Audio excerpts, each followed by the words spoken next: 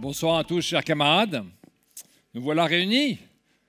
Bienvenue à cette Assemblée Générale, qui sera la dernière pour moi, donc c'est un petit moment d'émotion.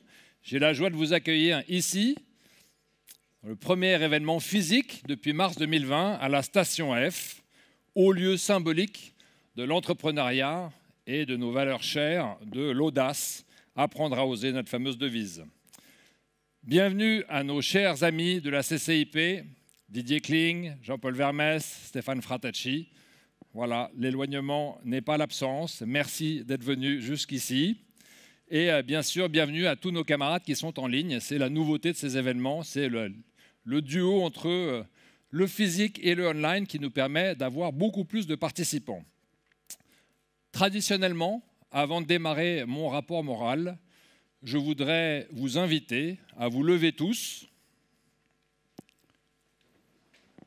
et observer une minute de silence en souvenir de nos camarades qui sont disparus au cours de l'année 2020 et dont vous allez voir les noms qui vont défiler.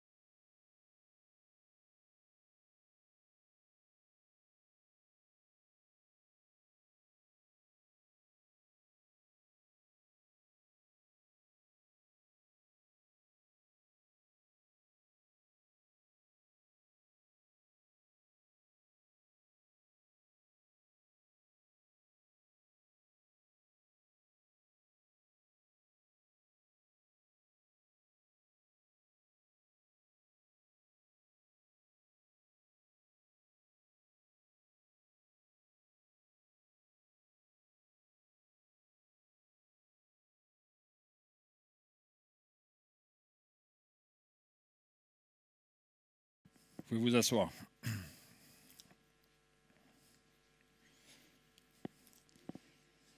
Il y a plus d'un an déjà que nous vivons avec cette pandémie et j'espère avant tout que vous et vos proches vous portez bien.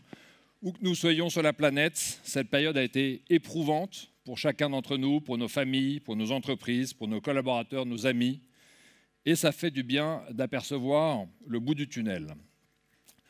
Un long chemin s'annonce pour remonter la pente après cette crise, une période d'après-guerre dans laquelle la communauté HEC doit prendre toute sa part et construire un monde d'après qui ne soit pas un retour au monde d'avant, plus inclusif, plus digital et plus technologique. On aura l'occasion d'en reparler bientôt avec le projet des missions et des valeurs.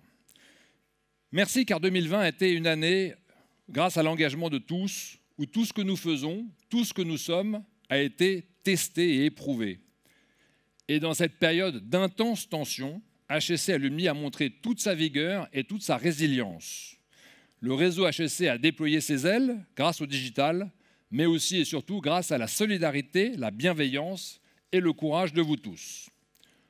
Commençons donc par 2020. Rappelez-vous, pour ceux qui étaient là, les salons de l'Automobile Club, une année qui commence ensemble sur les chapeaux de roue, avec des projets très ambitieux, la refonte de la plateforme de marque, Carrière, rebaptisée HEC Live Project, le lancement de HEC Ventures, le premier fonds d'investissement dans les entrepreneurs HEC, et le projet d'un deuxième gala, fin juin 2020, qui était prévu suite à la grande réussite du gala de juin 2009 au Petit Palais avec Bruno Le Maire. En mars, déjà plus de 200 investisseurs potentiels exprimaient leur intérêt pour HEC Ventures. Et le même mois, nous franchissions la barre des 8000 cotisants à vie de l'Infinity Pass. Tout se passe pour le mieux, et puis tout s'arrête. Le 16 mars, l'association ferme ses portes, avenue Franklin Roosevelt, et la France, le monde, entame le premier confinement dont nous nous souviendrons toute notre vie. Un moment de l'histoire qui touche toute l'humanité. Évidemment, cette période a marqué un gros coup d'arrêt, l'ensemble de nos événements présentiels, mais aussi de la collecte de nos cotisations et des revenus publicitaires.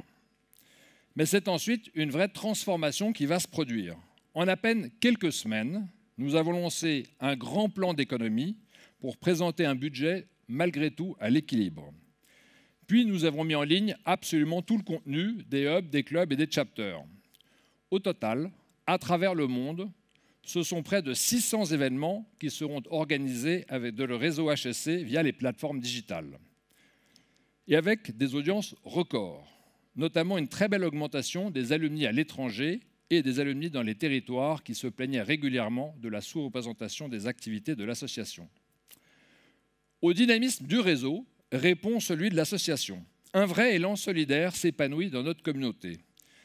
L'association, et c'est un souvenir très fort, appelle 5000 camarades personnellement au téléphone de plus de 75 ans et fournit ici des masques ou là un réconfort précieux dans des vraies situations de détresse. Fermée au public sur de longues périodes en raison des contraintes sanitaires, l'équipe d'HSC Alumni organise néanmoins non pas une mais 2 assemblées générales ordinaires en 2020, la première en juin pour soumettre au vote le principe d'un montage juridique et financier en vue d'acquérir la HSC House à Londres avec le soutien de l'école et de la fondation. Et pour la 2e assemblée en octobre, les locaux d'HSC Alumni ont été transformés en studio télé pour tourner une émission digitale retransmise en direct. Au même moment, l'association profite de sa fermeture pour entamer des travaux de rénovation des espaces de réception et je vous invite à venir voir, objectivement, c'est magnifique. Réinvention toujours, les restrictions sanitaires ont fortement affecté l'organisation des légendaires Matins HSC avec Vincent Beaufils, ses rencontres avec les grandes figures de l'économie et du monde politique. La solution, l'entretien HSC, le pivot, comme disent les startups ici, une émission créée par HSC Éditions, co-organisée avec toujours Vincent Beaufils et BFM TV, et le soutien de Bain et compagnie. Je remercie tout le monde d'ailleurs de ce pivot qui a permis, en une édition à peine, d'attirer en moyenne 34 000 auditeurs avec des invités aussi variés que Élie Girard, le patron d'Atos, ou Jean-Jacques Ayagon, ancien ministre et conseiller de François Pinault. Réinvention enfin, avec la création d'HSC Éditions fin 2020, qui est un peu la dernière étape de la transformation qui avait commencé avec le changement de Hommes et Commerce en HSC Stories. Devenir le pôle média de la communauté HSC, c'est l'ambition de cette filiale qui reprend l'ensemble des activités de contenu de l'association, le RH, l'entretien HSC, les publications HSC Stories, et qui va monter en puissance sur de nouveaux supports digitaux et audiovisuels. HSC Audition a aussi clairement une vocation commerciale, puisqu'elle gère désormais les activités de régie publicitaire et tous les partenariats de l'association. Et puisqu'il est là, je salue Xavier Romatet, mon prédécesseur, qui amène sa grande expertise de la presse et qui a pris bénévolement, évidemment, la présidence de la filiale. Voici maintenant un petit aperçu en images de toutes ces transformations.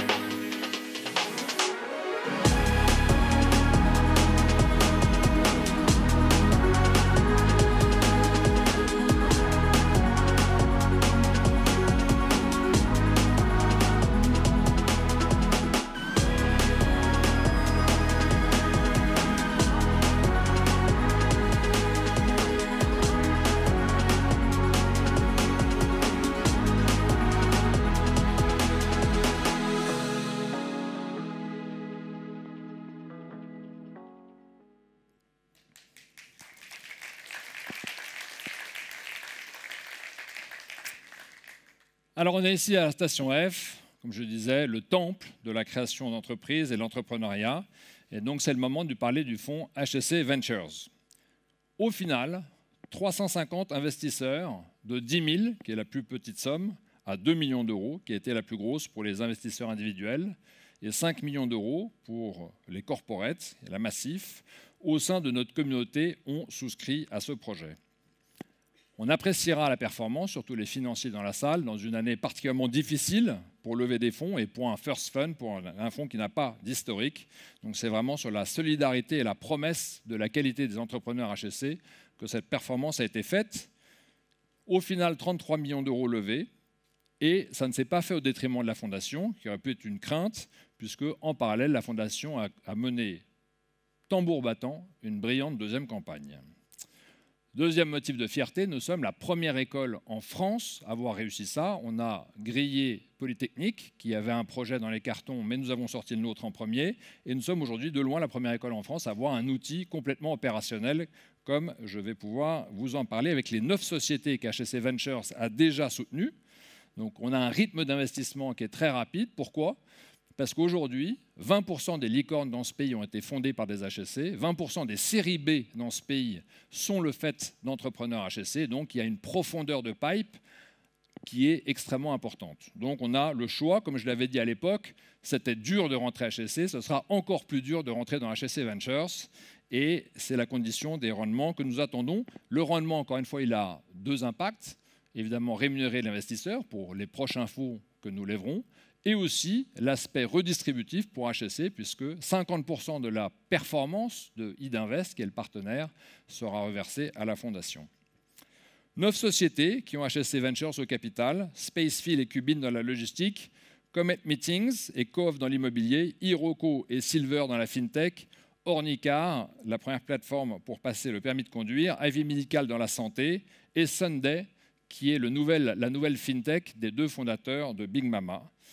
Voilà, à nous maintenant de mettre la puissance de l'écosystème au service de ces pépites. En tout cas, c'était aussi un pari de faire ce travail avec Idinvest, puisque le métier d'une association, c'est de créer du lien, ce n'est pas de gérer des fonds. Et donc, on a souhaité, à l'issue d'un appel d'offres, que Idinvest Euraseo, premier gestionnaire de Ventures en France avec 3 milliards, a gagné.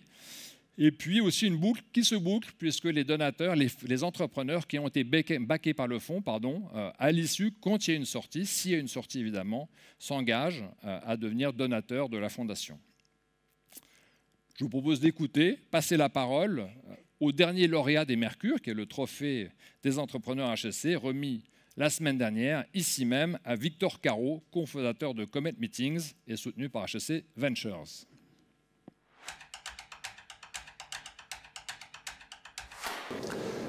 Je vois l'impact d'HEC Alumni comme étant double. Il y a l'impact de la communauté des alumni d'HEC et l'impact de l'organisation HEC Alumni qui justement arrive à bien leverager cette communauté. Et l'impact pour Comet, et pour moi à titre perso, il a été très important, à la fois parce que cette communauté orchestrée par HEC Alumni nous a présenté des prospects, nous a présenté des personnes qui ont pu rejoindre l'équipe ensuite, nous a présenté des entrepreneurs ou des investisseurs avec lesquels on a pu échanger pour partager nos points de vue, mais aussi des investisseurs qui ensuite ont investi chez nous. Et ça, c'était uniquement d'un point de vue privé. Ensuite, HEC Alumni, ça a aussi été HEC Venture. Et HEC Venture, le fonds d'HEC, qui a mis chez Comet, je crois, quand c'est le 2e investissement, et qui a mis chez nous il y a moins d'1 an, et qui depuis nous apporte tout le soutien du réseau HEC, avec en plus le soutien d'Idinvest. Donc, belle machine de guerre globale. Et enfin, HEC Alumni, c'est aussi les Mercure. Le Mercure qu'on vient de recevoir. On vient de recevoir le prix Mercure de la création. Et pour nous, c'est un aboutissement. Nous, Maxime, Nicolas et moi, c'est un aboutissement parce que c'est le prix qu'on avait vu entre les mains de PKM, entre les mains de pas mal d'investisseurs qu'on connaît, qu'on respecte. Et le fait de le recevoir, nous, à notre petite échelle, ça nous encourage à continuer. Donc HEC Alumni, aujourd'hui, c'est ça.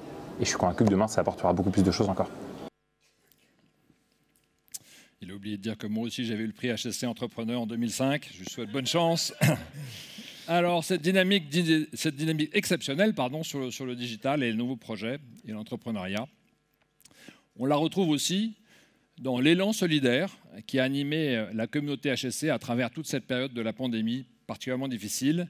Et c'est le dernier film qui retrace cette année 2020-2021 à cheval sur les 2 que je vous propose de découvrir.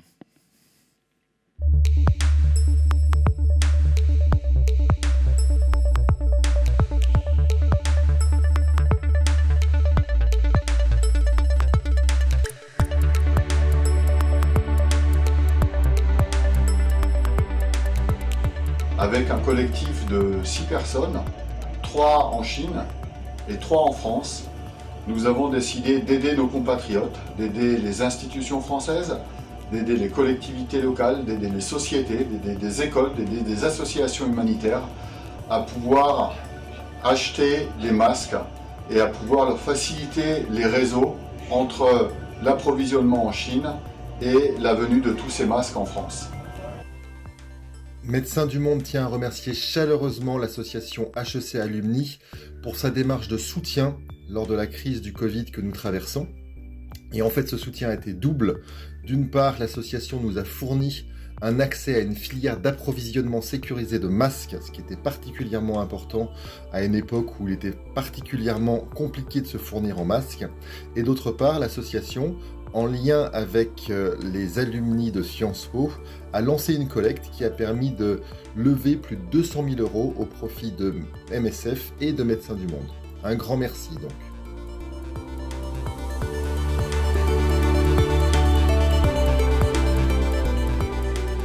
J'ai reçu un coup de fil, j'étais complètement interloquée, d'HEC Alumni, qui me demandait si j'avais des problèmes, si je me sentais seule.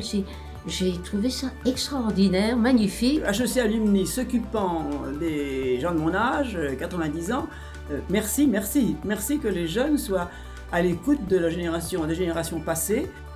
J'ai raconté à mes petits-enfants qu'ils avaient tort de ne pas être entrés à HEC.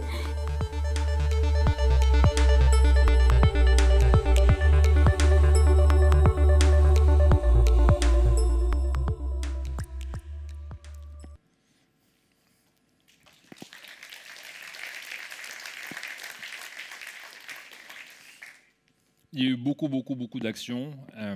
Je pense aussi à la collecte solidaire qui a été faite au profit des HEC au Liban après le drame de Beyrouth. Voilà. Comme je l'annonçais en janvier, ces actions solidaires vont se poursuivre avec quelque chose de majeur aussi, qui est le renforcement que j'ai souhaité du dispositif de la Caisse de solidarité et qui est soumis au vote de cette Assemblée, dont nous aurons les résultats tout à l'heure. La Caisse de secours, qui existait historiquement, permettait d'aider une poignée de camarades chaque année. Et on voit chaque année des situations extrêmement difficiles. Demain, le nouveau système sera plus transparent, plus performant, plus clair sur les engagements de ce qui est un don et de ce qui est un prêt, et permettra d'aider plus de camarades. C'est pourquoi nous avons proposé qu'un pourcentage jusqu'à 5% de la cotisation à vie collectée chaque année soit employé à financer ce dispositif et que l'association joue pleinement son rôle solidaire. Voilà, chers camarades, en conclusion de ce rapport moral, avant de parler d'avenir et de vision pour l'association demain, je voudrais parler d'un dernier sujet qui est absolument clé, qui est celui de la diversité. Toutes les diversités, visibles et invisibles, sexuelles, raciales, sociales. Il y a 140 ans, en 1881, la Chambre de commerce crée HEC avec l'ambition, et là je vais lire le texte, de permettre aux fils de la bourgeoisie d'accéder à de hautes fonctions commerciales et ainsi contribuer à la gestion des grandes affaires de la France. Ça peut paraître un peu décalé aujourd'hui, voire complètement décalé, mais je crois qu'il ne faut pas avoir honte de ce texte, car cette phrase pose les bases de notre ADN. La méritocratie d'un concours, à l'époque où le management, qui s'appelait la direction, était une affaire familiale, l'excellence de la formation qui a toujours caractérisé HEC et l'engagement pour le bien commun. 1916, l'ouverture de la diversité avec la création d'HEC Jeunes Filles. Dans les deux guerres, rappelons que plus de 360 de nos camarades tombent au champ d'honneur, dont le légendaire Roland Garros, preuve de leur engagement jusqu'au sacrifice suprême. En 1973, HEC JF et HEC fusionnent pour ne former qu'une seule école. Là aussi, c'était précurseur. Rappelons que les femmes étaient interdites à la Bourse de Paris jusqu'en 1976. En 1981, l'esprit entrepreneurial s'ouvre sur HEC sous l'impulsion de Didier Pineau-Valenciennes. Inspirée par les pratiques des universités américaines, la fondation HEC commence à lever des fonds auprès des entreprises pour accompagner les projets stratégiques et aussi la diversité sociale. Il y a 20 ans, c'était HEC au féminin qui était créé l'année même où Jean-Luc Alavena prenait la présidence de l'association. Alors voilà, je suis heureux qu'on soit arrivé maintenant à une parité parfaite au comité comme au bureau et que nous y travaillons partout dans le réseau. En matière de diversité sociale, le compte n'y est pas encore complètement, mais je salue l'action de la Fondation et le gros travail de l'école sur la refonte du concours qui va permettre de donner une bonification aux élèves boursiers tout en restant un concours d'excellence. Qui ici aurait imaginé que le président de la République supprime l'ENA dont il est lui-même issu? La virulence du débat public contre les élites ne nous laisse pas d'autre choix que de nous réinventer. Il faut que tout change pour que rien ne change, selon la célèbre formule du Guépard. Alors voilà, chers camarades, au terme de ce rapport moral, si 2020 avait bien démarré et mal fini, j'espère qu'il sera l'inverse pour 2021 et que cette période laissera dans notre communauté la trace de grandes réalisations, de contributions majeures. Je remercie personnellement tous les bénévoles, les membres du comité, l'équipe des permanents pour leur travail et leur engagement dans cette période hors norme. Merci.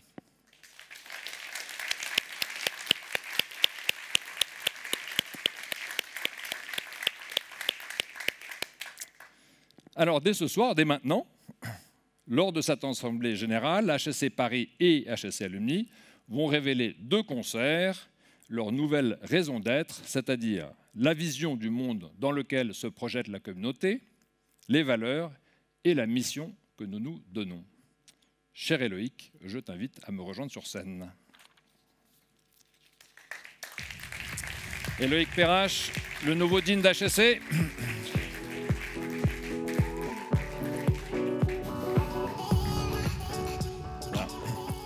On ne va pas faire comme l'Union européenne. On va laisser des places pour les suivants. Bonsoir. Alors, l'origine de ce projet, il y a une origine, c'est la diversité de la communauté. Moi, je suis diplômé de 92. En 92, on était 400, je crois, à être sortis cette année-là avec un diplôme. Et c'était relativement homogène. C'était une école qui était encore franco-française. Majoritairement, les cours étaient tous en français. Et évidemment, aujourd'hui, la situation a complètement évolué puisqu'on a à peu près 2000 camarades qui sont diplômés chaque année, qu'une grosse partie des cours est en anglais. Je crois même qu'on peut faire entièrement HEC en n'étant pas francophone. Exactement. On a effectivement beaucoup de choses qui ont vieilli, à commencer par les statuts de l'association. Si on regarde la mission, donc j'ai rappelé la phrase fondatrice, mais les statuts dans lesquels opère l'association ont plus ou moins pas changé depuis 1881. Et je veux dire, à la différence du bon vin, ça a mal vieilli. On a changé de millénaire entre ces 2 époques. Et donc, on s'est senti la nécessité de devoir faire ce projet et l'envie, parce qu'on est aussi, comme je disais, interpellé régulièrement sur les grandes questions de société. Et en tant qu'école d'excellence, on doit se positionner dans le débat public. Donc, on a voulu sonder très largement la communauté pour aboutir à ce projet. Oui, et puis en plus, il y a eu, tu l'as rappelé tout à l'heure au pupitre, un bouleversement du monde absolument incroyable ces 15 derniers mois. Et on ne savait plus comment travailler ensemble, on ne savait plus forcément comment vivre ensemble. Et ça a eu sans doute un impact très fort sur des transformations des valeurs qui sont portées par les uns et les autres, et particulièrement par la jeunesse qui arrive sur le campus aujourd'hui et qui nous challenge quand même assez régulièrement. J'avais jamais connu un travail collectif de cette ampleur, et donc c'était sans doute une sorte de pacte fondateur assez important pour pouvoir lancer les choses. Et puis HEC est très siloté en interne. Il y avait un sujet de travailler aussi beaucoup plus fortement avec l'association des diplômés, avec la fondation, avec la chambre de commerce, puisqu'on a aussi beaucoup échangé avec Stéphane et Didier sur ce sujet-là. Et puis HEC, c'est un people business. Ce sont des hommes et des femmes qui sont au cœur de tout. Et aujourd'hui, on le voit à chaque fois qu'on veut recruter des talents, ils arrivent et ils nous disent quelle est votre raison d'être ? C'est quoi votre mission? Quelles sont vos valeurs? Et donc, on est questionné. Et donc, pour pouvoir attirer les talents, on a aussi besoin fortement de se positionner là-dessus. Et donc, on a fait ce travail ensemble avec l'école, avec la fondation, avec l'association et la chambre, mais beaucoup avec vous à l'association. Pour arriver, l'idée, c'était de se dire qu'on avait une raison d'être, une vision qui était commune, des valeurs communes, et qu'il y aurait les missions de l'école et les missions de l'association. Et donc, la vision partagée. Vous avez vu qu'il y a le mot d'impact. Alors, on a une version en anglais, on a une version en français. Mais avoir un impact sur le business et la société. La campagne de la Fondation, c'est Impact Tomorrow. Le mot impact est un mot qui revient en permanence. Et je pense que moi, à titre personnel, la raison pour laquelle j'ai voulu me présenter à la direction générale de l'école, c'était pour que l'institution démultiplie son impact globalement. Et c'est en tout cas moi ce qui me fait me lever le matin. Et quand on est à HEC, on est habité par cette idée que les entreprises, elles sont au cœur des grandes transformations. Okay, qu'on parle de diversité comme tu viens de le faire, quand on parle de développement durable, de transition écologique, de l'IA, etc. Les entreprises sont au cœur des grandes transformations. Et donc avoir un impact sur le business et donc sur la société, en produisant du savoir, en transmettant du savoir, et puis en se disant aussi qu'on est une institution qui agit au sein de la société, et donc au service d'un monde plus inclusif, plus durable et plus prospère. L'idée qu'HEC fasse partie de la solution, l'idée que globalement dans la société française aujourd'hui, et plus largement dans la société européenne dans le monde, on se dise quelle chance d'avoir ces institutions. Ce n'est pas toujours ce qu'on peut entendre. Tu l'as dit, on parle de suppression d'écoles. L'idée c'était de se dire que, voilà, au contraire, tout le monde se dise waouh, quelle chance d'avoir une école comme celle-ci. Et donc voilà la vision sur laquelle on a pu converger. Alors la vision, c'est là où on veut aller, et les valeurs, c'est comment on veut y aller, la façon dont on se comporte. Et donc je vous révèle les 5 valeurs qui ont été choisies, qui vont bientôt apparaître dans un suspense bientôt insoutenable. Et donc voilà, vous les découvrez. L'esprit entrepreneurial, évidemment, c'est la reprise de tout l'antécédent sur le apprendre à oser. La responsabilité, c'est l'idée que le premier de la classe doit montrer l'exemple, qu'on doit être conscient effectivement des chances qu'on a eues, de l'opportunité que l'école nous a donnée, et que cet impact doit se faire de manière responsable, et qu'il ne s'agit plus juste de mesurer la réussite à l'aune de la réussite financière. Comme je dirais dans les années 80, le monde a changé, et de ce point de vue-là, la responsabilité est un critère qui est très important. L'excellence, HEC est une école qui est championne de France depuis 1881. Il n'y a pas beaucoup d'entreprises, d'organisations, de syndicats, de partis qui, sans discontinuer pendant 140 ans, occupent la première place du podium, quels que soient les contextes, les crises, les gouvernements, les constitutions. Donc on est dans cette tradition d'excellence. Évidemment, il nous incombe de la poursuivre. La diversité, j'en ai parlé, effectivement, c'est aujourd'hui une condition absolument nécessaire. Et puis la curiosité, je crois que ce qui est frappant à HEC, c'est on a chaque année le débat autour de l'HEC de l'année, c'est vraiment l'école de tous les possibles.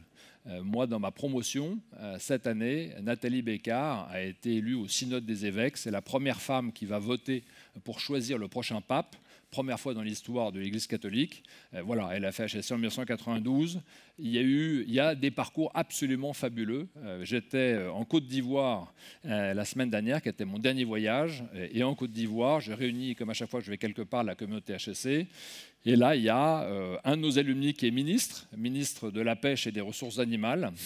Et il m'explique qu'il a fait le MBA HEC à Abidjan, et qu'il avait négocié avec le président Ouattara qu'à chaque fois qu'il avait cours, il avait le droit de sécher le Conseil des ministres. Ça, c'est pas fréquent. Donc cette curiosité, on la retrouve partout, et c'est ça qui nous fait challenger le statu quo. Alors, j'invite maintenant... le film, bien sûr, le film qui résume ces valeurs. Donc effectivement, vous allez voir un très beau film qui est fait par un de nos alumni.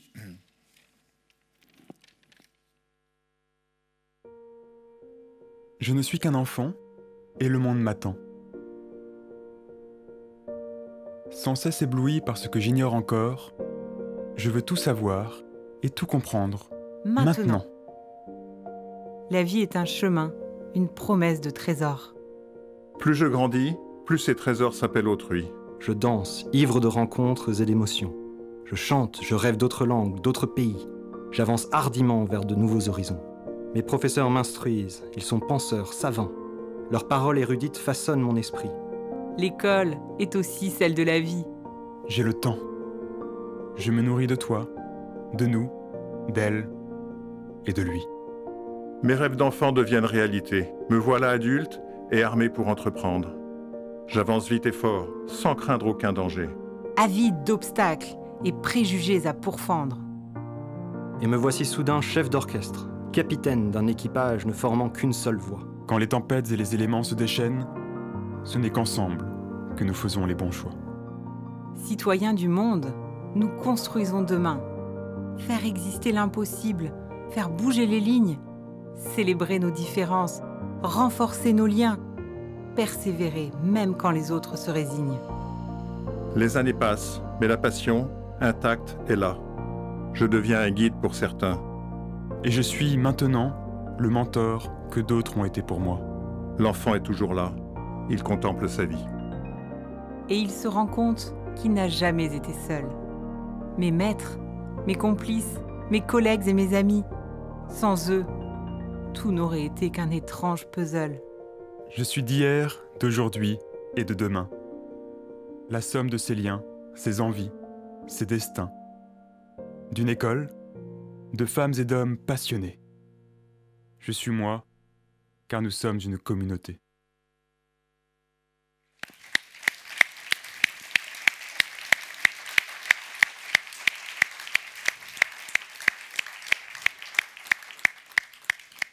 Bravo. Je peux maintenant inviter Marguerite, qui a été l'instigatrice de ce magnifique projet, le film Sublime, et Olivier Sevilla, le président de la Fondation.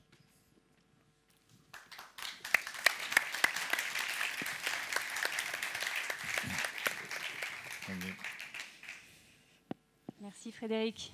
Bonsoir à tous.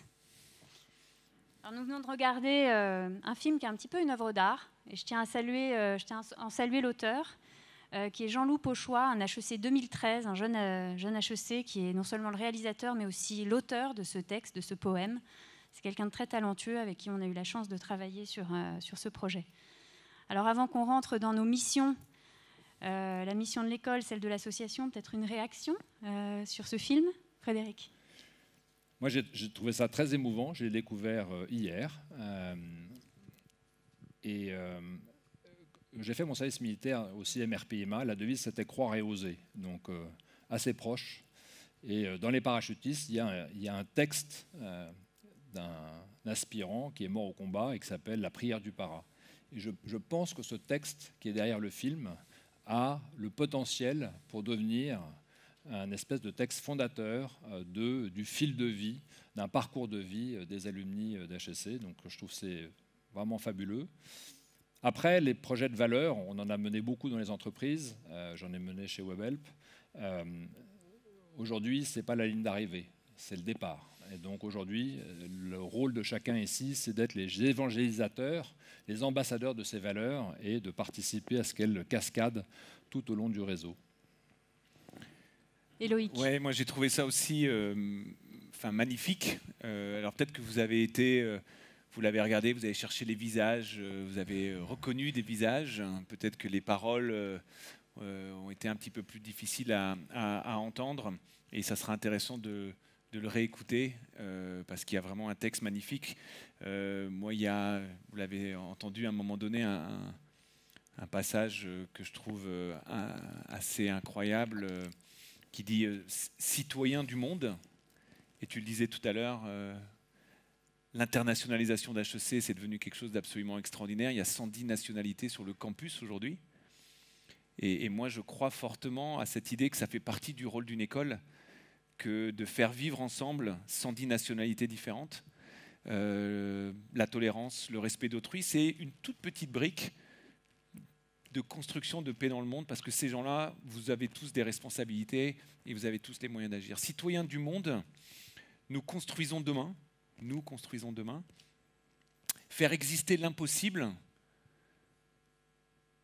c'est un challenge. L'esprit entrepreneurial, faire exister l'impossible. Faire bouger les lignes. Célébrer nos différences. Je pense que c'est effectivement quelque chose qui est structurant sur le campus. On travaille aujourd'hui avec un donateur qui nous propose de donner une somme assez importante pour qu'on puisse donner des bourses à des étudiants talentueux qui sont issus de pays en guerre. C'est aussi ça le rôle de l'école. On a parlé d'égalité des chances sur le campus, mais là on voit bien qu'on est en train aussi d'internationaliser un sujet d'impact avec des gens qui sont effectivement très différents et qui seront à l'écoute des uns des autres. Renforcer nos liens et persévérer même quand les autres se résignent. C'est un paragraphe qui dit énormément de choses des valeurs qui sont indiquées ici, et il y en a un grand nombre comme ça. Donc c'est vrai que moi je retiens l'histoire d'une vie. À un moment il est dit jamais seul. Tout ce que tu fais et ce que vous faites ensemble aussi pour soutenir les personnes en difficulté, jamais seul. Les rôles qui changent. On sort, on a une énergie folle, on revient, on est mentor, on va accompagner, on va soutenir. Voilà, une histoire de commune d'hommes et de femmes dans une grande diversité. Moi je maintiens que la diversité elle est au cœur de l'excellence de l'école. Et donc l'avoir célébré de cette manière-là, je pense que c'est effectivement assez extraordinaire. Merci Loïc. Olivier, une réaction au film? Moi, je suis, je dirais, personnellement touché par ce film. Je dois le dire, parce que pour moi, HEC, c'est mon ascenseur social. Ce film est en phase avec mes valeurs. J'ai toujours pensé que, finalement, HEC aidait à réaliser son potentiel. C'est une vraie promesse qui est réalisée. Et puis, je crois que c'est aussi aider les autres à réaliser leur potentiel. Et il y a tout dans ce film. Et franchement, chapeau. Moi, j'aime beaucoup. Vraiment. Merci à tous les trois. Alors, parlons mission maintenant. Après le reveal de la vision, des valeurs, parlons maintenant de la mission que nous avons définie pour l'association et pour l'école. On va commencer par l'association. Alors, je vous propose d'afficher le slide suivant. La voici, la mission d'HEC Alumni. Alors, je vais vous la lire. Elle est en trois morceaux. We share. Ensemble, nous partageons, nous grandissons et écrivons une histoire commune. We dare. L'audace porte notre vision et nos actions. Et we care. Nous prenons soin de notre communauté et des autres. Alors Frédéric, je me tourne vers toi. Cette mission, ce triptyque, qu'est-ce que ça signifie concrètement pour l'association? Tu disais tout à l'heure, il faut être concret, tout est dans ce qu'on y met. Je crois que l'essence même du réseau d'HEC, ce qui nous différencie, c'est qu'on est un réseau ouvert. On est un réseau officiel, pas un réseau secret, on n'est pas une mafia, il y a un annuaire, c'est public qui a fait HEC. On est un réseau qui n'est pas un corps, qui ne garantit rien. En fait, quand on sort d'HEC, on a fait à la fois le plus difficile, parce qu'on est passé le concours, un concours très exigeant, et on a fait le plus facile, parce que derrière, la vie redistribue les cartes, et HEC n'est pas un passeport pour la réussite, c'est juste un énorme boost de confiance en soi, c'est une énorme opportunité, c'est attirer l'œil favorable d'investisseurs ou de recruteurs, mais derrière, tout reste à faire. Et donc la force, c'est vraiment la force d'un collectif, c'est la capacité à mobiliser le réseau qui fait vraiment la différence d'HEC. On est, je crois, on a été élu dans le monde premier réseau par le Financial Times, la presse anglaise. The Economist, pardon, la presse anglaise en tout cas est peu susceptible d'être complaisante avec nous. L'audace, j'en ai parlé. L'audace, c'est voilà, quand on lance HEC Ventures, c'est l'audace. Il y a de l'audace au quotidien dans cette association. Et puis We Care, en fait, effectivement, comme il n'y a pas de parcours garanti, comme la vie professionnelle est souvent une jungle, il y a beaucoup de nos camarades qui sont en souffrance. Et c'est important, et j'ai vraiment souhaité que la relation des alumni avec leur association ne soit pas une relation purement transactionnelle. C'est pourquoi je cotise parce que j'ai des contreparties. Mais que ce soit aussi une relation émotionnelle, un give-back, et que dans l'idée de la cotisation, il y a de permettre des solidarités, même si on n'en est pas directement le bénéficiaire. Alors, on va parler de la mission de l'école maintenant. C'est vrai qu'on a tenu cette mission et ce triptyque, ça fait quelque temps qu'il circule sur le campus. Il a été fortement porté par un centre d'excellence d'HEC qui s'appelle Society and Organization, qui travaille justement au lien entre les entreprises et les évolutions sociétales, et articulé autour de trois approches: we think, we teach et we act. Et je pense que c'est un peu ce qui a été formidable dans le travail en commun, c'est qu'on a essayer de garder un paralysme des formes. On a essayé de se dire qu'il y avait une puissance à aller ensemble dans l'affirmation d'une raison d'être, de missions différentes et de valeurs qui étaient importantes. On l'a dit au tout début dans la raison d'être qu'il y a le sujet de l'impact. L'impact, c'est un peu notre business. Alors on a longuement, il y a quelques temps, travaillé avec Mercedes et ses équipes. C'est Tomorrow is our business. Moi, je vous rajoute, l'impact, c'est notre business aussi. Et c'est ça qui est extraordinaire à HEC globalement. L'impact, parce qu'on a des personnes qui sont là pour nous aider à mieux comprendre le monde, nous aider à le conceptualiser d'une certaine façon, nous aident à y trouver des solutions. Ce sont nos chercheurs qui produisent de la connaissance, et cette connaissance-là, elle doit changer le monde.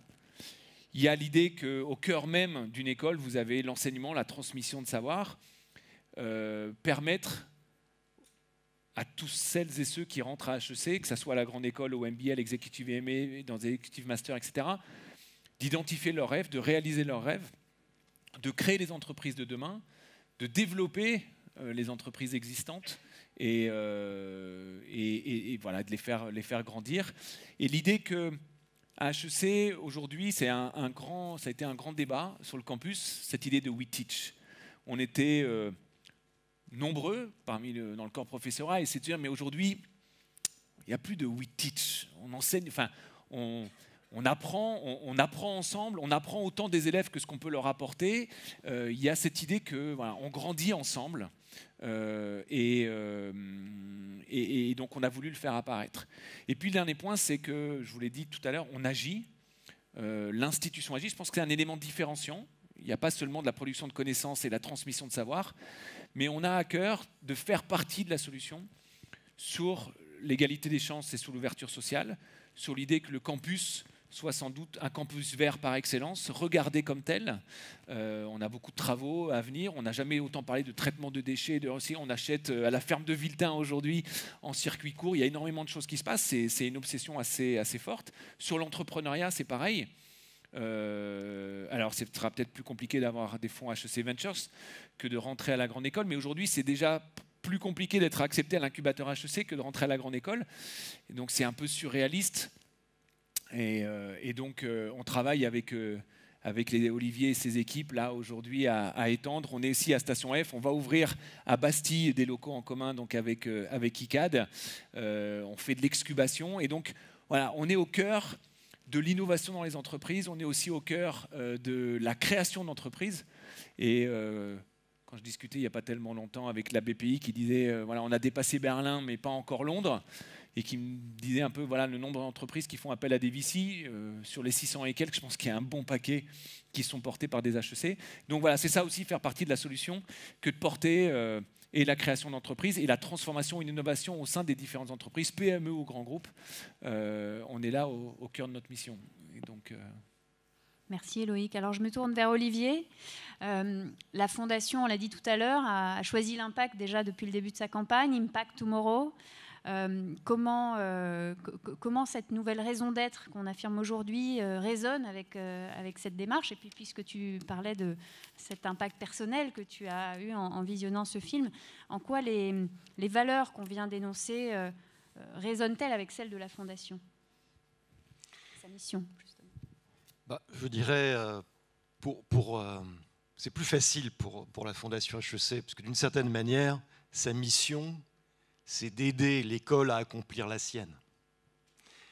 La Fondation, c'est un peu la courroie de transmission entre ceux d'entre nous qui ont réussi, qui sont généreux et qui veulent aider ceux qui sont encore au début du processus. Donc, pour reprendre l'image du film, je dirais, la Fondation, quelque part, elle est un petit peu cette courroie de transmission entre les générations de la communauté HEC. Bon, la campagne, effectivement, on l'a dénommée Impact Tomorrow il y a 2 ans. On l'a lancée il y a 2 ans. Quand on regarde finalement les objectifs qui sont les siens, à savoir financer la production de connaissances. Bon, là, on est très très aligné avec, je dirais, les enjeux dont parlait Éloïc. L'égalité des chances, évidemment, est une des principales missions de la Fondation, ainsi que la diversité. On a un axe particulier de cette campagne sur l'impact social et sociétal en particulier, puisqu'on impacte sur la pédagogie, au travers de la quête de sens, on travaille sur les sujets pour aider sur le climat, sur finalement un capitalisme plus responsable demain, et enfin le campus, parce qu'il faut quand même, ça c'est bien, mais il faut quand même que les élèves puissent être dans un campus moderne et enrichissant pour eux. Pour parler des valeurs, qui était la deuxième partie de ta question, j'ai envie d'illustrer comment et pourquoi je pense que la Fondation incarne certaines des valeurs qui ont été mentionnées par Frédéric pour l'association. La première chose, c'est l'esprit d'entreprise. Alors, la Fondation HEC, c'est une affaire d'entrepreneurs. Je veux dire, il y a eu Jean-Luc Alavena qui a donné une étincelle, Didier Pinot-Valenciennes, il y a eu Daniel Bernard qui nous a fait passer à l'échelle, Bertrand Léonard, Jean-Marie Henne, je ne sais pas s'ils sont là. Moi, j'ai le grand plaisir de succéder à des entrepreneurs. Et franchement, la Fondation, c'est encore une start-up.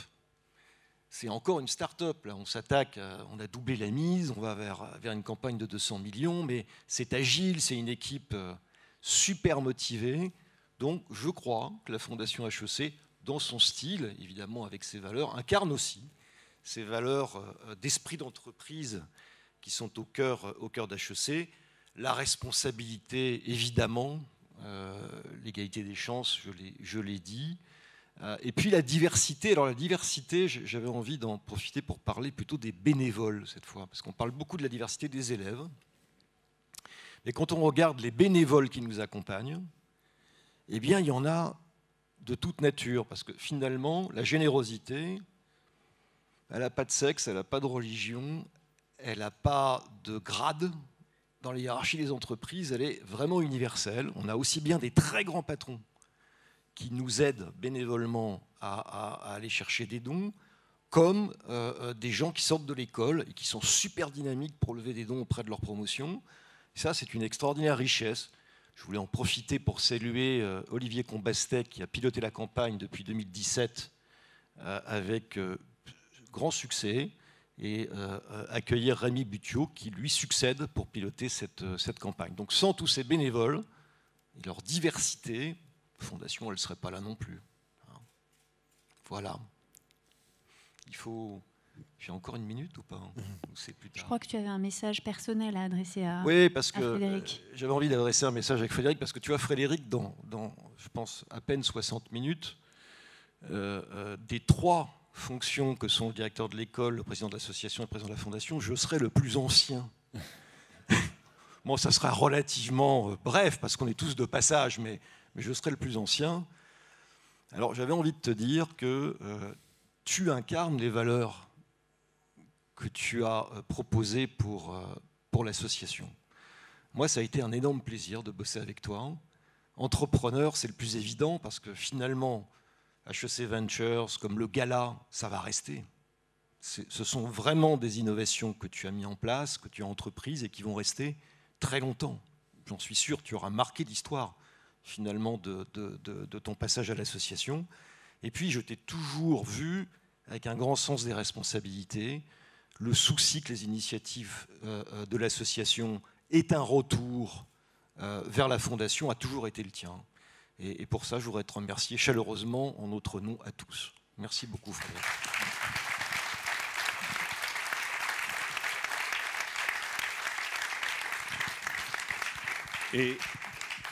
Et curieux, parce qu'on ne se lance pas dans un doctorat quand on n'a pas un minimum de curiosité. Donc... Bravo à tous les trois. En tout cas, je voudrais dire à quel point je trouve que vous incarnez tous les trois cette vision qu'on vient de porter, qu'on vient de décrire pour la communauté HEC, qui aujourd'hui donc a ces 5 valeurs sur lesquelles s'accrocher, qui vont être une boussole pour les années à venir, on l'espère, pour mener des beaux projets tous ensemble, avec un alignement que j'espère vous avez tous ressenti ce soir entre l'école, l'association, la fondation. Je crois que le réseau peut être inspiré, en tout cas, par ce qu'on a entendu ce soir et trouver toute l'énergie et la volonté de faire encore plus de choses pour HEC. Voilà, donc sans plus attendre, je crois que nous allons passer à une partie plus statutaire et formelle de cette assemblée. Et nous appelons à nous rejoindre Arnaud Joubert, qui est le trésorier de HEC Alumni, sous vos applaudissements. On lui laisse la place.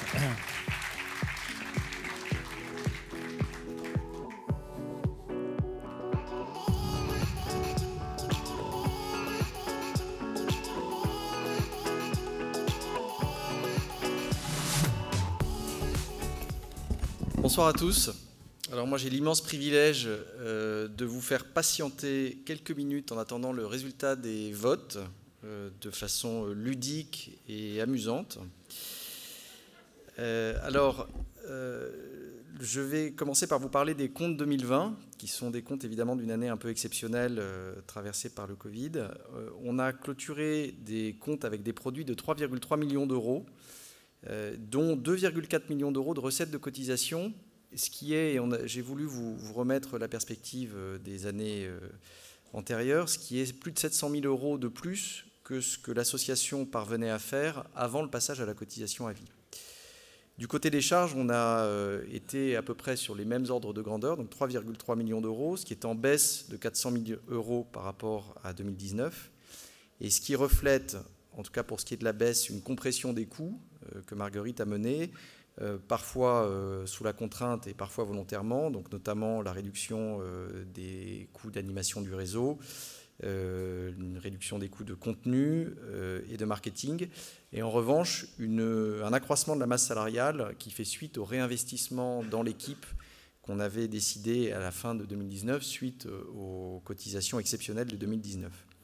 Alors malheureusement, et au grand désespoir de Marguerite, ça nous mène à un déficit de 16 000 euros, ce qui, dans les circonstances exceptionnelles de 2020, me semble un exploit de sa part et de toute l'équipe des permanents de l'association. Et donc, je vous en félicite.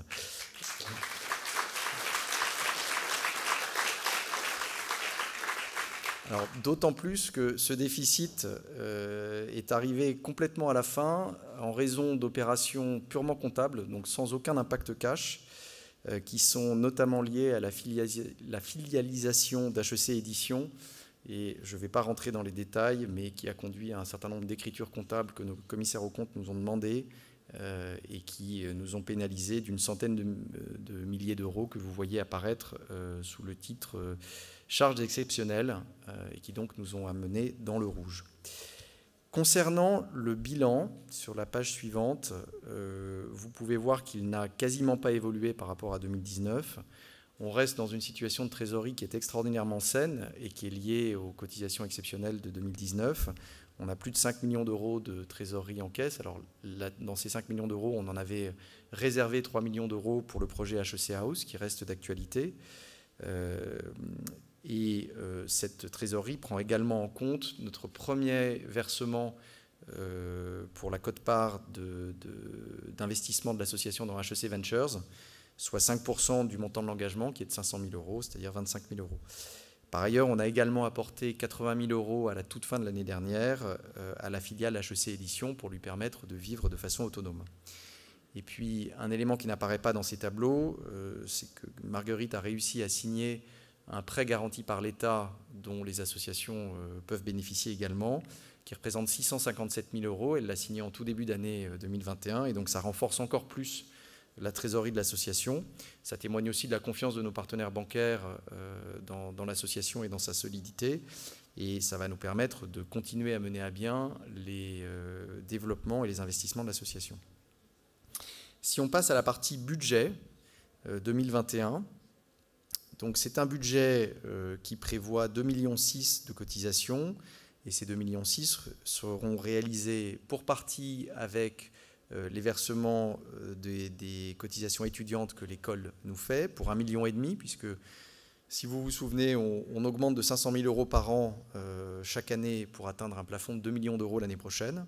Et pour le solde, par des cotisations Infinity Pass et des cotisations annuelles, pour les chiffres que vous avez sous les yeux, on intègre un budget de 3 000 cotisants annuels. Et là, l'équipe a extrêmement bien travaillé puisque c'est un chiffre qu'on a déjà atteint à la date à laquelle on se parle. En revanche, ça intègre un budget de 600 Infinity Pass qui, pour l'instant, ne sont pas réalisés. Par ailleurs, l'organisation du gala début 2022 va constituer une charge pour le pôle réseau. Et les recettes pour la quote-part qui reviendra à HEC Alumni, c'est-à-dire les tables vendues à des alumni, représentera 250 000 €. En tout cas, on l'espère. Dernier point, l'annuaire est transféré à HEC Éditions pour 2021. Donc c'est pour ça que vous ne voyez plus de revenus de l'annuaire dans ce budget. Et en 2020, nous n'avions pas produit d'annuaire pour pouvoir focaliser les revenus publicitaires sur la revue et pour maîtriser les coûts. Concernant la masse salariale 2021, celle-ci reflète d'une part la sortie du pôle contenu qui est devenu HEC Éditions, donc ça représente 3 salariés qui ne sont plus sur le budget de l'association. Et en revanche, nous avons 3 recrutements à l'association en 2021, Mathilde Courtois pour Life Project, Amandine Rodriguez pour le marketing digital et Ophélie Martinel pour le réseau international. Donc on vise en 2021 un excédent cette fois-ci qui j'espère compensera, fera beaucoup plus que compenser la légère déception de 2020. Et puis j'en terminerai avec le budget d'HEC Éditions. Donc c'est la première fois qu'on vous présente ce budget pour notre filiale. On a calculé en pro forma, donc des chiffres qui ne sont évidemment pas audités, ce à quoi aurait ressemblé HEC Éditions ces dernières années, pour pouvoir montrer qu'on était en fait profitable et en 2018 et en 2019. C'est en 2020 malheureusement qu'on doit subir qu'on aurait subi nos premières pertes pro forma. Et ce déficit s'explique évidemment par la chute des recettes publicitaires et surtout par le fait qu'on n'ait pas pu tenir cette année autant de matins HEC qu'on aurait souhaité. Et donc les revenus qui sont associés à ces matins HEC ont été en perte considérable. Néanmoins, on reprend ça pour l'année 2021 dans un nouveau format. Et Marguerite, qui est, comme vous le savez, la directrice générale par intérim de la filiale édition depuis un mois, vise la rentabilité pour la 2e année. C'est-à-dire que la première année, celle que vous avez sous les yeux, permettra de consolider l'activité existante, qui sera menée par un pôle éditorial de 3 personnes, les 3 personnes qui ont été transférées de l'association, et un pôle commercial d'1 personne, donc une personne qui a été recrutée et qui vise à compenser l'abandon de la régie que nous avons tous souhaité pour des raisons de réinternalisation de nos propres ressources et d'efficacité financière.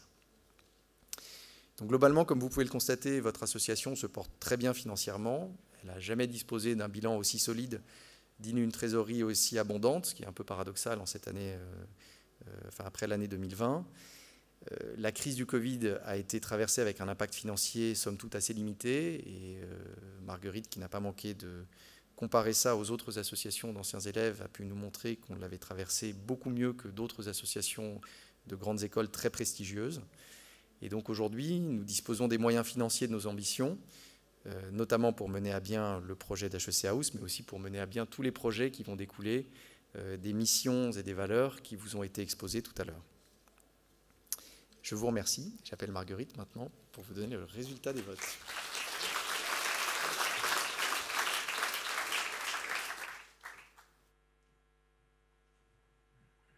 Merci Arnaud.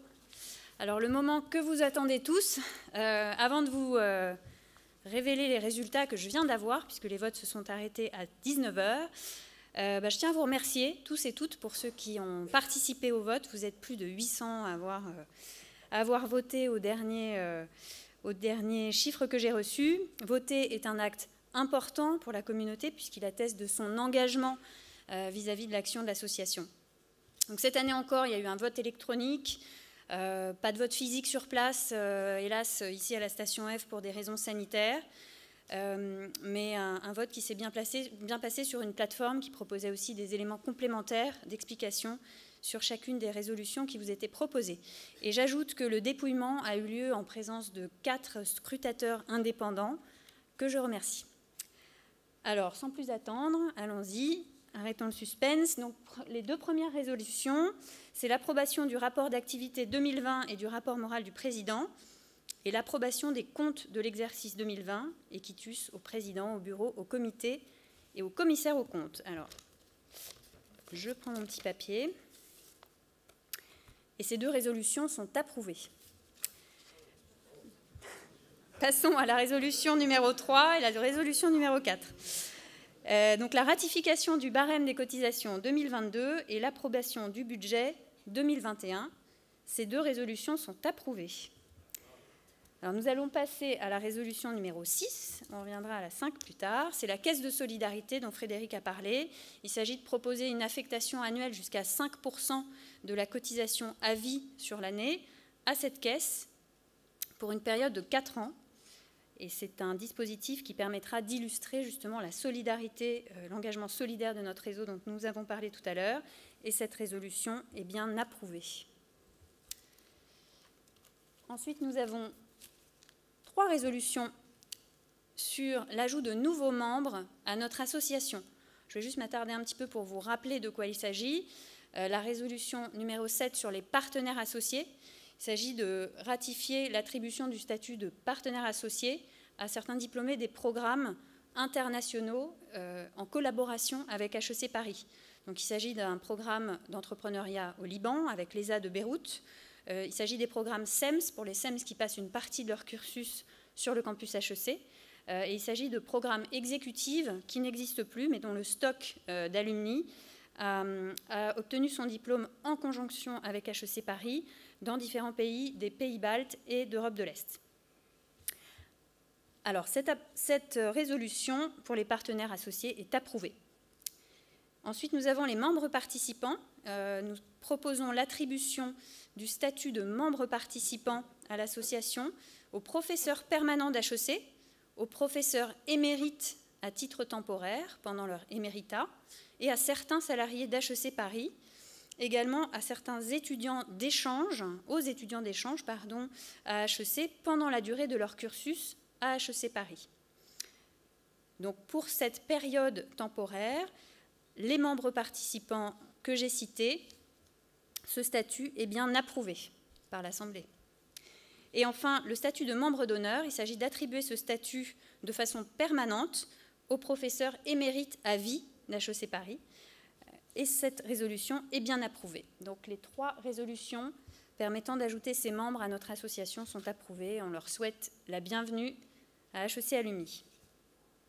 Je passe à la résolution numéro 10, la proposition d'affectation du déficit comptable 2020 de 16 000 € qui a été mentionnée tout à l'heure, en report à nouveau. Cette résolution est approuvée.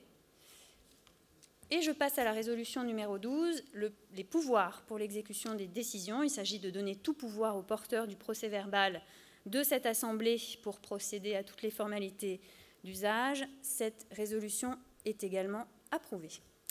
Alors maintenant, passons aux nouveaux membres du comité. Et avant, je voudrais juste revenir un petit peu sur le process. Comme l'année dernière, un comité de nomination a été mis en place pour analyser les dossiers de candidature et pour recevoir les candidats en entretien. Ce que vous ne savez peut-être pas, c'est que ça a été un processus particulièrement intense cette année, puisque nous avons eu plus de 60 marques d'intérêt et 45 dossiers de candidature reçus. Donc un gros volume de demandes à traiter pour les 4 membres de cette commission de nomination, que je remercie très chaleureusement pour leur engagement: Bénédicte Ledelay, Isabelle Proust, Sophie Vignol et Emmanuel Miquel. Merci, je crois qu'on peut les applaudir, parce qu'ils ont beaucoup travaillé.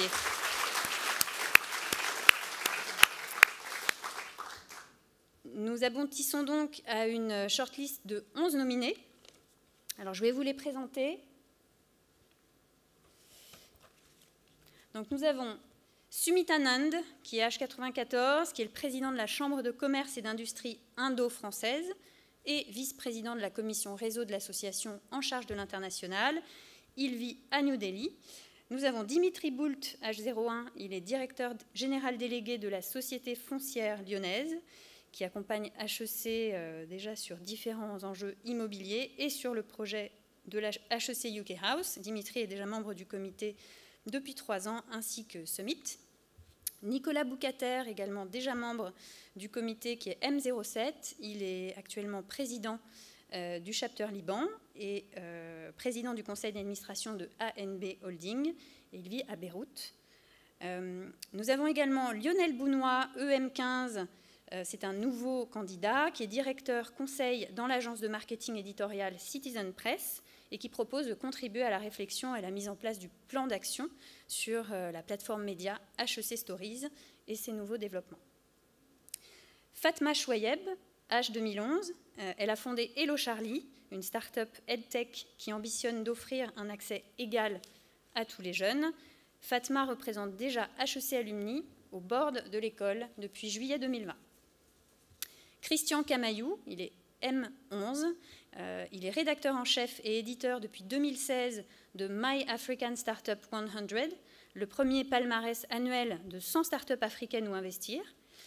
Christian est membre actif du Club Développement International d'HEC en charge de l'Afrique et il vit entre Paris, le Cameroun et le Kenya. Mike Mills, MBA 2016, il est responsable juridique du Hardware Club, un fonds de capital risque à Paris.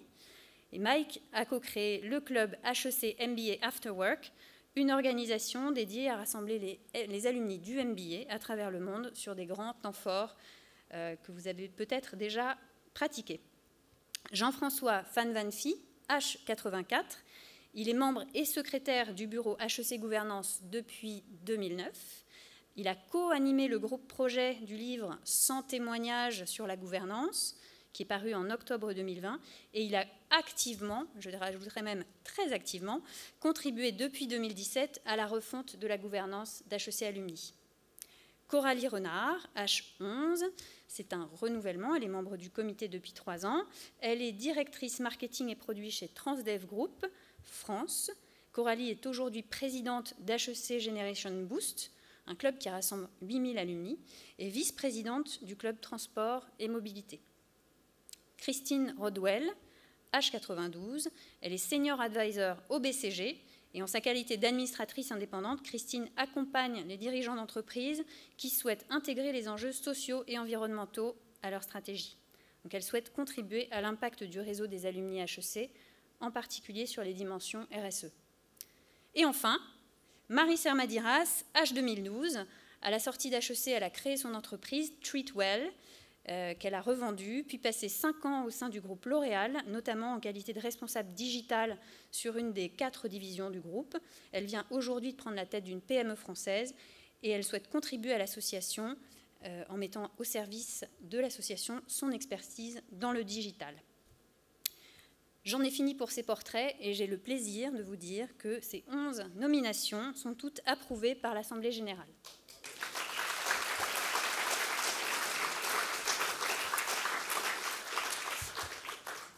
Je vais inviter Frédéric, notre président, à me rejoindre sur scène pour remercier ces candidats qui rejoignent le comité et remercier également ceux qui nous quittent, malheureusement.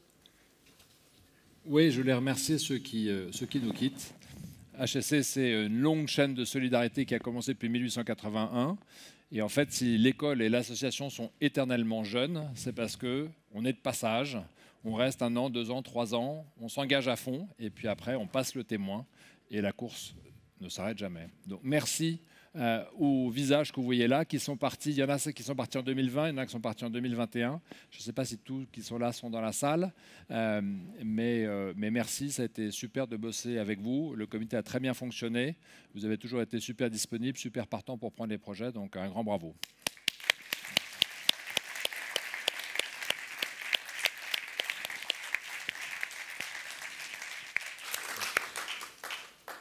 Je reprends la parole pour passer à la résolution numéro 11, puisque nous n'avons pas tout à fait fini.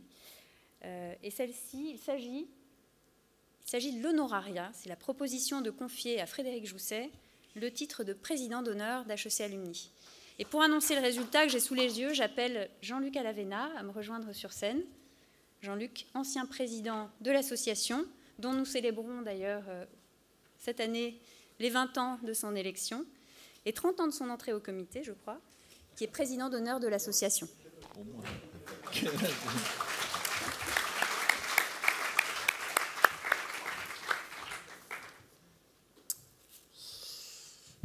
Merci Marguerite. Je crois que vous m'avez grandement facilité la tâche depuis 1 heure, à la fois en évoquant et en développant toutes les valeurs d'HEC, mais bien sûr aussi celles de la communauté, puisqu'il y a effectivement cette vieille tradition de conférer l'honorariat à ceux qui ont marqué par leur mandat. Et il y a à la fois ici la reconnaissance pour les actions menées. Il y a la transmission, on a beaucoup parlé de chaînes ininterrompue, que ce soit de présidents, de membres de comité, de bénévoles. Et puis il y a l'engagement, et l'engagement en particulier dans la durée. Certains le font avant de devenir président, d'autres sont sollicités et continuent pendant très longtemps. Et je crois que nous avons reconnu dans le bilan présenté par Frédéric, et ce qui justifie le vote de cette résolution et la volonté, je salue tous les anciens présidents et présidentes qui se trouvent dans la salle. Nous avons reconnu en Frédéric à la fois celui qui a accompli beaucoup et qui marquera, comme ça a été évoqué tout à l'heure, et puis celui qui continuera par sa personnalité à s'engager dans la durée, puisque Frédéric, ça a été souligné, est un grand entrepreneur bien sûr avec Webhelp, un homme engagé, un mécène, un passionné d'art, une diversité d'engagement dans notre société qui font que très probablement pour l'avenir d'HEC, il sera à très long terme, comme nous l'avons fait les uns et les autres, une valeur sûre. Et donc, mon cher Frédéric, je t'offre, mais je ne devrais pas, car cette œuvre, qui en plus est en bois, qui peut symboliser à la fois la solidité, la durée, je t'offre ce trophée à ton nom, qui t'est en fait offert par toute l'équipe de l'association, qui veut marquer à ton égard, comme nous tous, notre reconnaissance pour tout ce que tu as fait et tout ce que tu vas continuer très généreusement à faire.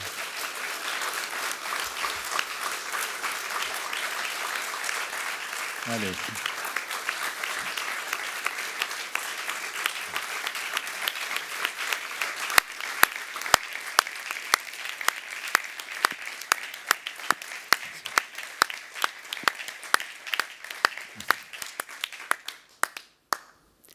Avant de laisser Frédéric répondre, parce qu'il est un petit peu ému, je vous propose une petite surprise pour laisser le temps aux membres du comité nouvellement élus de se retirer pour aller élire le nouveau président. Ça se passe maintenant.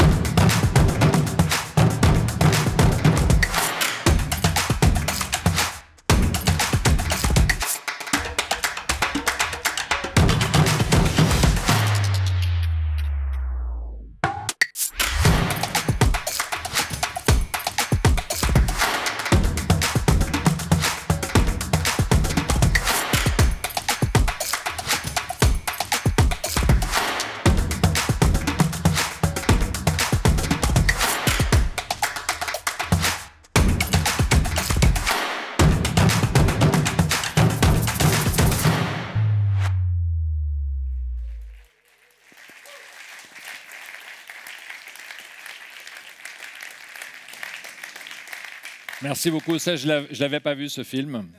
C'est une vraie surprise. J'arrive au terme de ces 3 ans. Ça a été 3 années fabuleuses qui font écho aux 3 années non moins fabuleuses que j'ai passées sur le campus.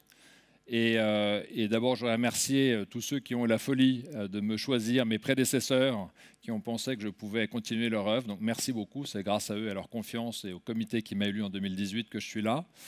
Merci à toute l'équipe fabuleuse de l'association. Je ne sais pas si Jérémy Bas est là. Ah ben voilà Jérémy, avec qui j'ai eu la chance de bosser pendant 1 an et demi. Ça, c'était un cadeau de mon prédécesseur, Emmanuel Chin, qui après me l'a repris, puisque Jérémy est parti bosser avec Emmanuel. Emmanuel est quelqu'un d'extrêmement attachant.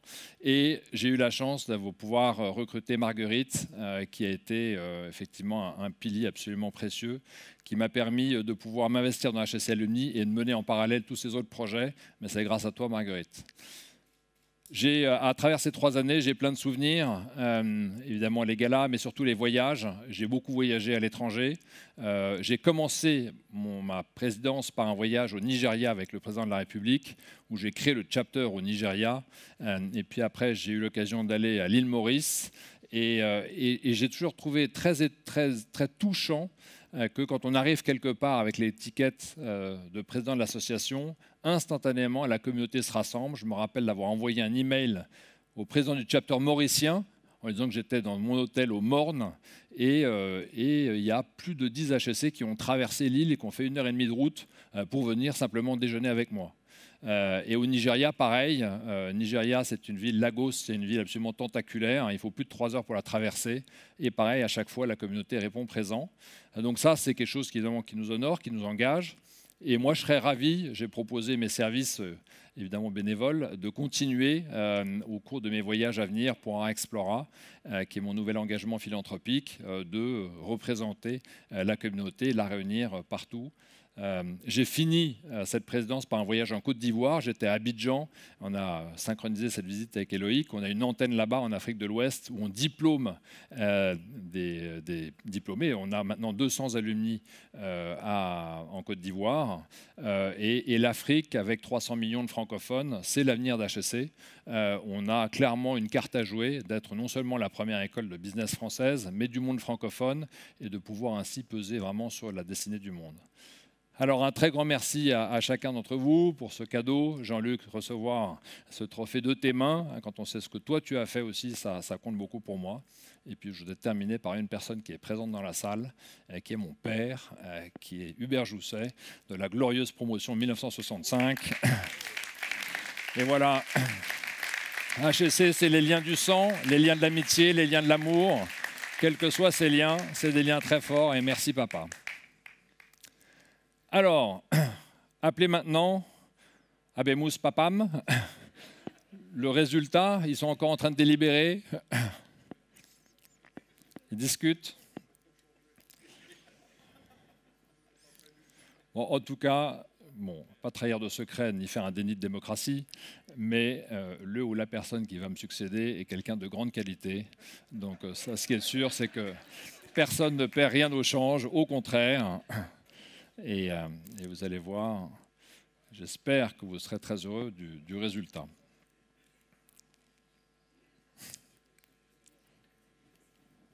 Magnifique.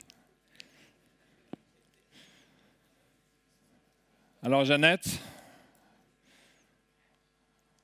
la tension est palpable.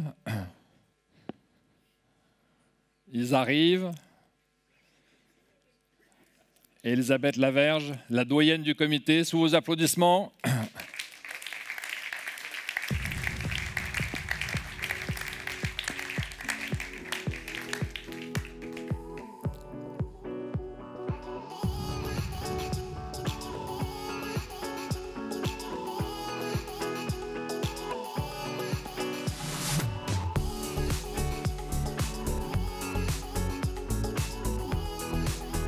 Alors, voilà, vous avez le privilège de voir mon visage sans masque. Je sens que la tension est à son comble. Et donc, j'ai le plaisir et l'honneur, en tant que doyenne, de vous annoncer que le comité, à l'unanimité, a souhaité se donner Adrien Couret pour président.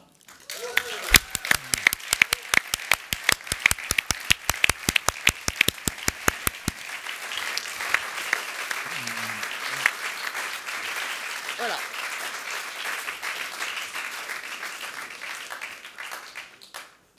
Bravo. Longue vie, heureux de travailler sous Houlette. Et on est tous enchantés de travailler pour toi. Merci à tous. Merci. Alors juste avant qu'il démarre, je profite de mes peut-être 60 dernières secondes. Comme c'est quelqu'un qui est modeste, il ne va probablement pas dire ce que moi je vais dire. Adrien Couret, je l'ai connu dans le journal. Donc un jour, je lis les Échos et puis je vois un petit encart sur la Massif et son nouveau directeur général de 35 ans. Alors la Massif, mon père et moi étions assurés la Massif. Ça venait pas comme ça, comme une entreprise extrêmement innovante et une start-up qui était capable de mettre à sa tête quelqu'un de 35 ans. Je voyais plutôt quelqu'un à l'inverse, minimum 53. Et du coup, j'ai écrit un mail par le mail HEC qui marche pour tout le monde qui met à jour son email dans l'annuaire. Et du coup, le rendez-vous a eu lieu. Il m'a donné rendez-vous au dernier étage, l'étage direction générale de son bâtiment dans le 15e arrondissement, qui est un truc assez imposant. Et là, vous arrivez dans un monde qui est quelque part entre le Sénat, le Conseil économique et social, qui est un monde de la mutuelle, avec un monde majoritairement masculin. Je me rappelle d'un détail, c'est qu'il y a genre 8 ou 10 salons de réception. Devant chaque salon de réception, il y avait un bar avec Glenfiddich, Absolute, enfin bien. Et devant chaque, il y avait probablement une dizaine de sociétaires avec la cravate un peu courte, un peu longue, et les gars étaient en train de s'arsouiller à midi. Et là arrive Adrien, grand beau garçon, détonnant complètement dans ce milieu et me recevant avec beaucoup de chaleur. Et puis c'est là que notre relation a démarré. Et effectivement, c'est quelqu'un d'extraordinaire. Il y a quelque chose qu'on n'a pas dit, c'est que dans le comité tel que je le laisse, il y a le président en titre, maintenant le vice-président Emmanuel Miquel et la vice-présidente Flore Desrobert, qui sont quand même dans le classement Choiseul que vous voyez chaque année publié, qui sont les espoirs, enfin pas les espoirs maintenant parce que c'est confirmé, de la génération entre 30 et 40. Donc c'est dire la force d'attraction de cette communauté qui ne se dément pas. Je te passe la parole et encore bravo.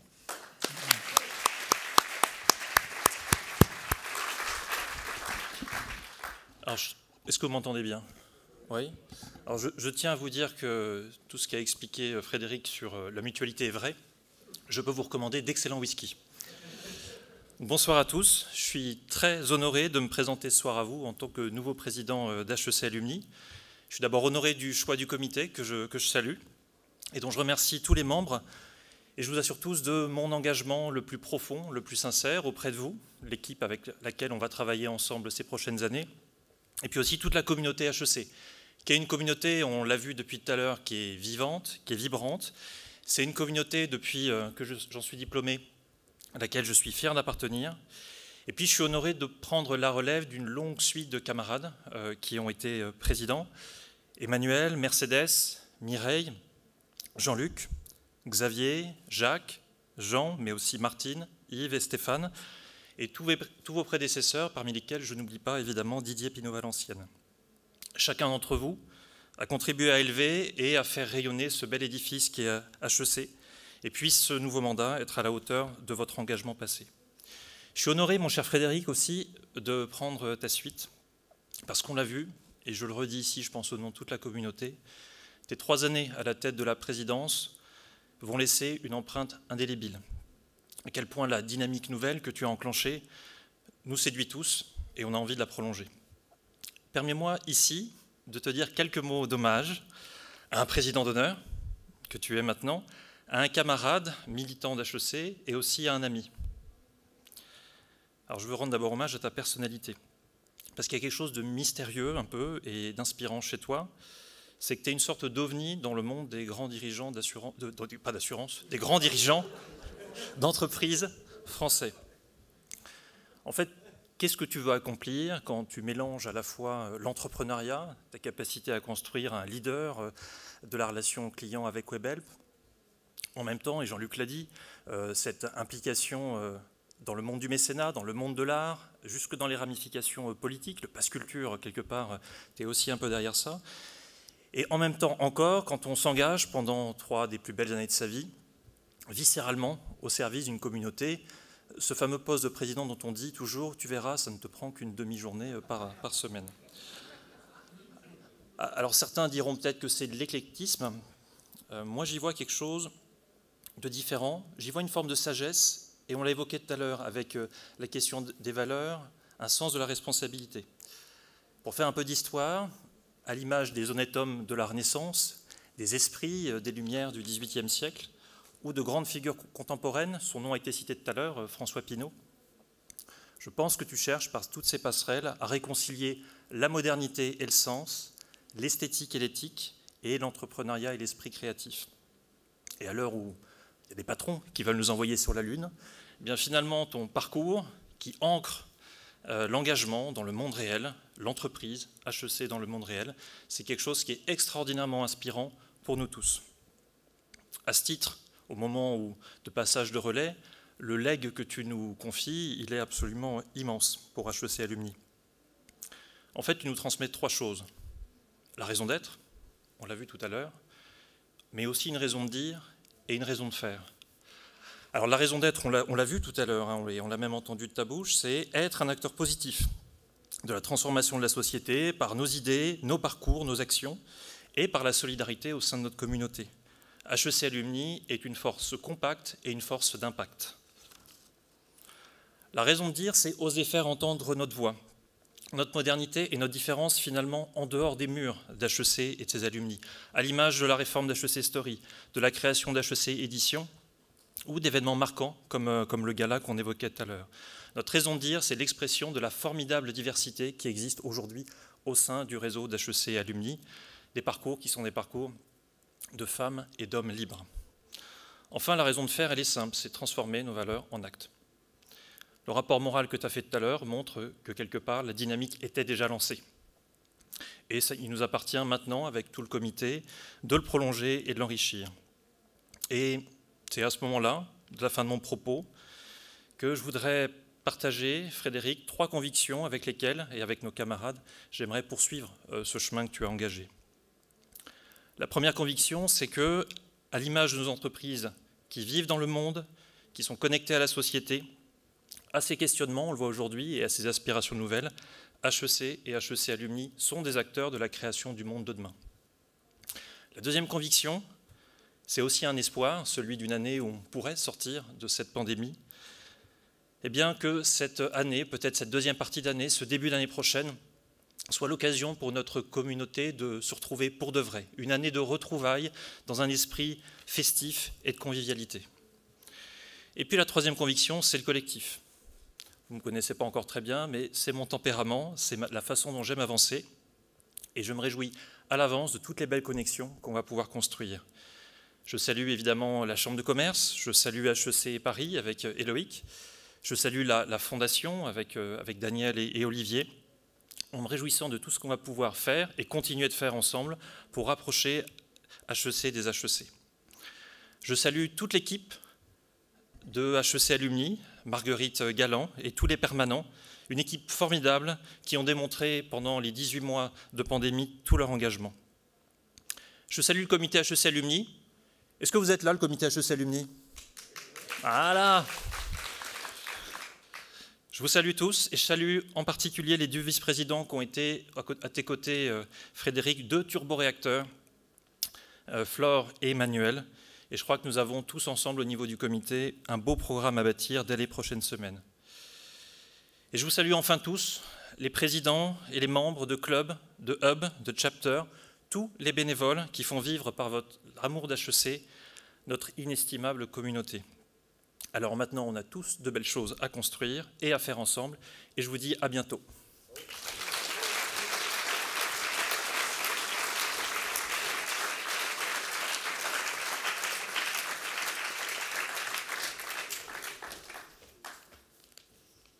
Félicitations.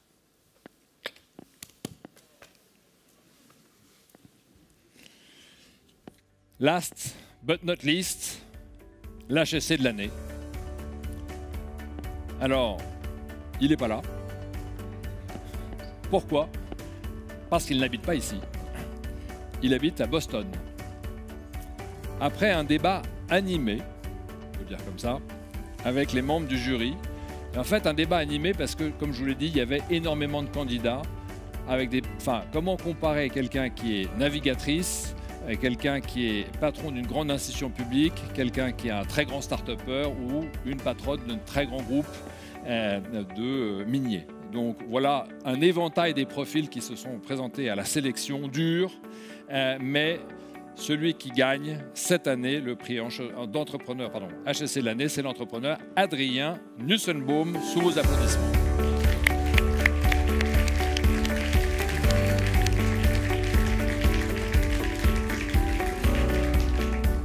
Je ne vais pas faire sa carrière, mais en gros, c'est le fondateur d'une société que vous connaissez peut-être, et même si vous ne la connaissez pas, vous l'utilisez, qui s'appelle Miracle. Et Miracle, c'est un éditeur de logiciels qui est un des leaders de tout ce qu'on appelle les places de marché, les marketplaces, qui représentent aujourd'hui 60% du commerce en ligne. En septembre dernier, Miracle, attention, signe la plus grande levée de fonds française en bouclant un tour de 300 millions de dollars, soit 255 millions d'euros, et devançant Miro, qui était avec 205 millions le détenteur du record jusque-là, maintenant battu par Content Square. Opération historique qui valorise la société en 7 ans à peine, 1,5 milliard de dollars. Et Emmanuel Macron se fend d'un tweet « Bravo à toutes les équipes de Miracle qui font rayonner la French Tech ». Alors voilà, il est aujourd'hui dans le Next 40, c'est l'espoir de la French Tech. Il a prévu de recruter 1000 salariés dans les 3 ans à venir et 300 ingénieurs rien que dans l'Hexagone. Une vraie réussite française et internationale que HEC veut saluer avec le prix. Retrouvez son parcours dans HEC Stories. Il faut l'applaudir encore une fois.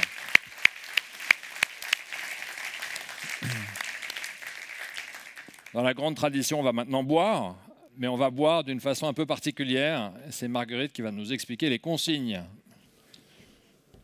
Vous voyez, je porte le masque, je l'enlève pour vous parler, mais on est tous masqués ce soir, donc hélas, les conditions sanitaires nous imposent un cocktail un petit peu particulier.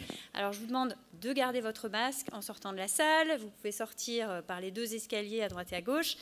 Notre cocktail se situera au-dessus. Il y a bien du champagne et tout ce qu'il faut. Par contre, nous serons assis et pas debout, puisque les consignes nous obligent de nous asseoir à des tables de 6. Voilà, donc il y a de la place pour tout le monde, il y a tout ce qu'il faut sur les buffets. En revanche, je vous demanderai de vous laisser accompagner par les hôtesses jusqu'au buffet et ensuite de prendre place à table pour un cocktail assis. Et voilà, on n'en finit pas d'innover en 2021.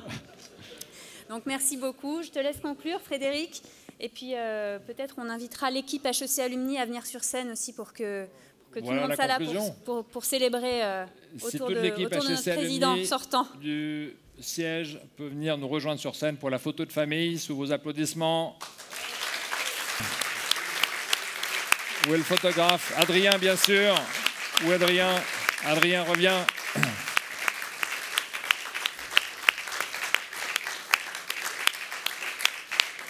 Bon, le cocktail, vous êtes assis, mais vous avez le droit de changer de place. Donc, on peut être assis et mobile. Venez, les amis.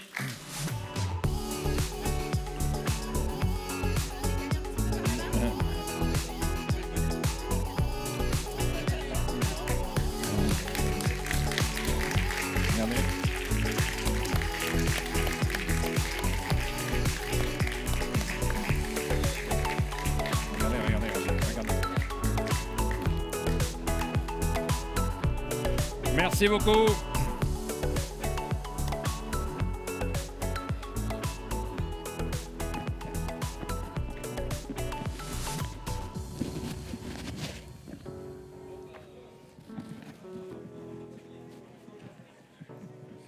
bah merci Frédéric.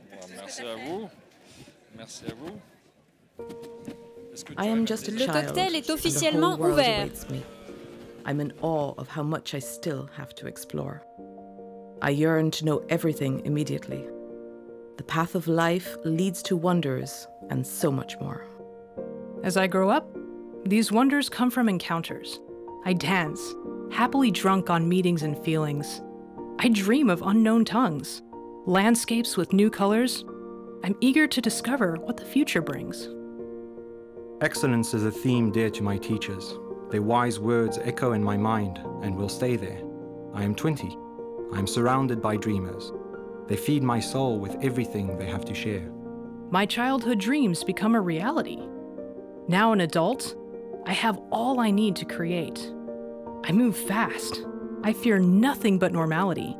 I will show the world what it means to innovate. Suddenly, I am a conductor, a captain of a diverse crew that speaks with a single voice. When the storm rages, when we see the sky darken, it's only together that we will make the right choice. Citizens of the world, we're building tomorrow. We cherish our ties, find strength in our differences. We fight for what's right. We challenge the status quo. We never give up. We fulfill our promises. Years go by, but I still have much passion in store. I'm now a guide for many, a mentor for some. I give them the trust that others gave me before. My inner child realizes who it has become. I see that all along, I was never alone. My teachers, my colleagues, friends and accomplices, without them in my life, I would never have grown. I became myself only thanks to their voices. I am of the past, the present, and the future. I am the sum of these bonds and this energy, of a great school, of women and men of valor. I am me because we are a community.